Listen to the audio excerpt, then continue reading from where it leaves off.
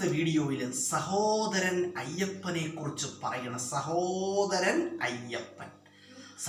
അയ്യപ്പൻ എന്ന് പറയുമ്പോൾ നമുക്കറിയാം, എറണാകുളം ജില്ലയിലെ ചേറായിയിൽ ആണ് ആര് ജനിച്ചത്? സഹോദരൻ അയ്യപ്പൻ ജനിച്ചത്. ജന്മദേശം ചോദിക്കുകയാണെങ്കിൽ എറണാകുളം ജില്ല ചേറായി.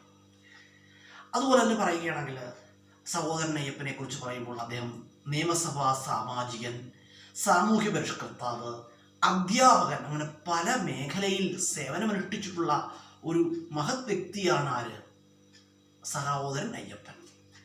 സഹോദരൻ അയ്യപ്പൻ പറഞ്ഞൊരു കാര്യമുണ്ട്: ജാതി വേണ്ട, മതം വേണ്ട, ദൈവം വേണ്ട. ജാതി വേണ്ട, മതം വേണ്ട, ദൈവം വേണ്ട എന്ന് ആഹ്വാനം ചെയ്തത് ആരായിരുന്നു? സഹോദരൻ അയ്യപ്പനായിരുന്നു. ജാതി വേണ്ട, മതം വേണ്ട, ദൈവം വേണ്ട എന്ന് ആഹ്വാനം ചെയ്തത് സഹോദരൻ അയ്യപ്പനായിരുന്നു. സഹോദരൻ അയ്യപ്പനെ കുറിച്ച് പറയുന്ന കേരളത്തിലെ ആധുനിക പ്രസംഗ സമ്പ്രദായത്തിൻ്റെ പിതാവ്, കേരളത്തിലെ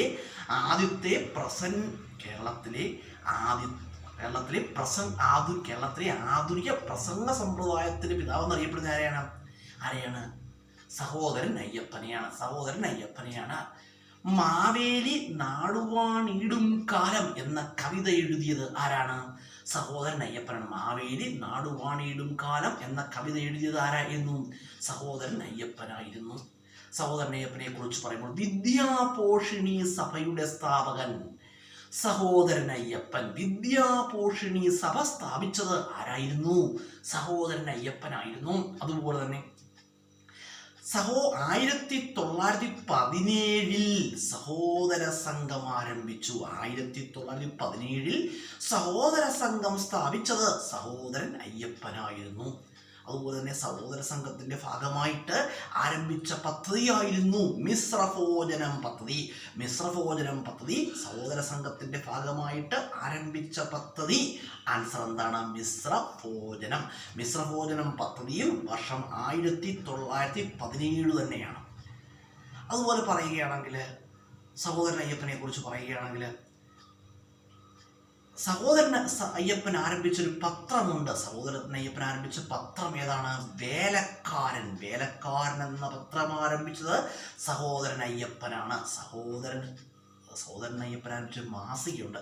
സഹോദരൻ എന്ന മാസിക ആരംഭിച്ചത് ആരാണ്? സഹോദരൻ അയ്യപ്പനാണ്. അതുപോലെ സഹോദരൻ അയ്യപ്പനെ കുറിച്ച് പറയുകയാണെങ്കിൽ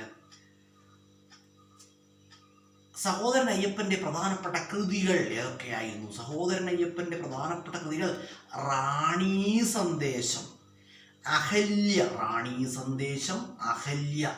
ഉജ്ജീവനം, ഉത്തേജനം, കാശീമഹാത്മ്യം തുടങ്ങിയവ ആരുടെ ബുക്കുകളാണ്?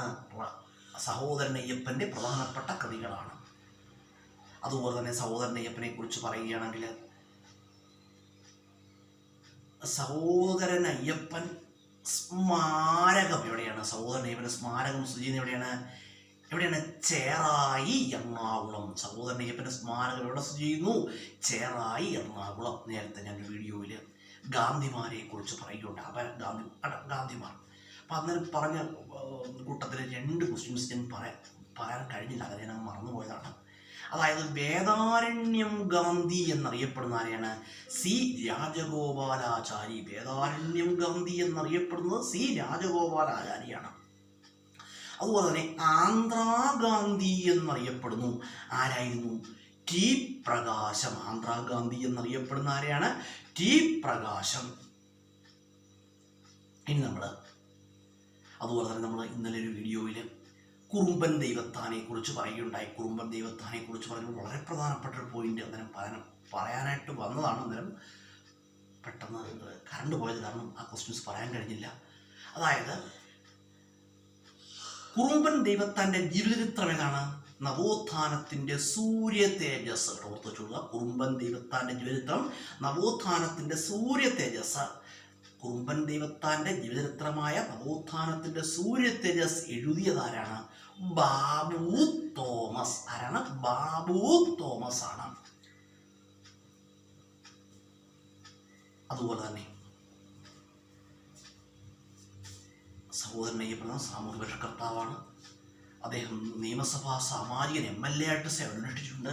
അതുപോലെ അധ്യാപകനായിട്ട് സേവനമനുഷ്ഠിച്ചിട്ടുണ്ട്.